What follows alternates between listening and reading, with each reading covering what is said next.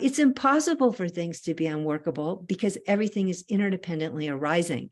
Nothing is stuck. We are not doomed. So what we need is a little bit of strength. It's almost like a little bit of, it's not resistance to the thing itself. It's resistance to our tendency to want to make it a thing.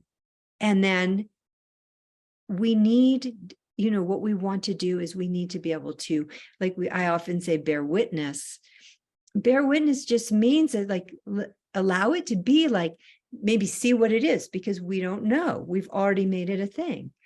And so, we want to allow something to be there and not judge that experience. And, Rinpoche said a lot, Rinpoche's talked a lot about depression too, because depression is such a fascinating thing, and it's not a static thing. It's a very lively experience. So Rinpoche has often said, depression is Dakini's bliss. He doesn't mean the suffering or the reification of Dakini's of depression.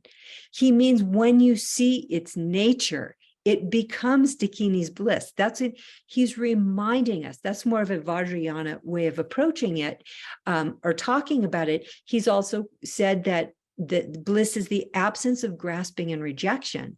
When we see that we have grasping and rejection, it means we're clinging to the map of our experience. And again, map is not a problem. It's okay. It's wonderful to be able to label things and have language and discuss experiences. And that's what we're doing right now. But when we mistake the map for the territory, then we are reifying. And this term reification is a fabulous designation for something, because we need to know when we're reifying and when we're not. When we're reifying, we are not experiencing our mind at its most intelligent, at our most accurate ability to read the nature of the object accurately. We are moving away from prajna and into confusion. When the mind is an open question, when there's some kind of humility in the mind, and when I say humility, I don't mean like, I'm so humbled by how hard this is. Well, it's more a sense of awe is what I'm talking about, that there's a sense of you're letting go of your ordinary sense of knowing, which means labeling things and maybe even confusing the thing for what you're labeling it. We think that knowing means capturing truth, but knowing actually means who's been able to capture truth ever?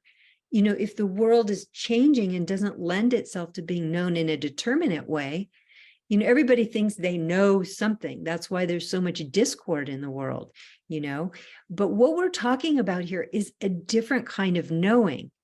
It's a much more accurate kind of knowing, and it has nothing to do with capturing truth. It has to do with reading cause and effect in a way that's going to bring about an intention, but it's a very dynamic way to know the world. It's like we need to pay attention. What context are we in? There's no singular determinate relative truth. It all depends. And so there's this kind of sense, this is the prajna. Relative prajna means we're reading the world. We're seeing, wow, if I plant a seed, I might get a sprout, depending on if the causes and conditions allow that to happen. But we're tracking things. It's a very dynamic way of being in life.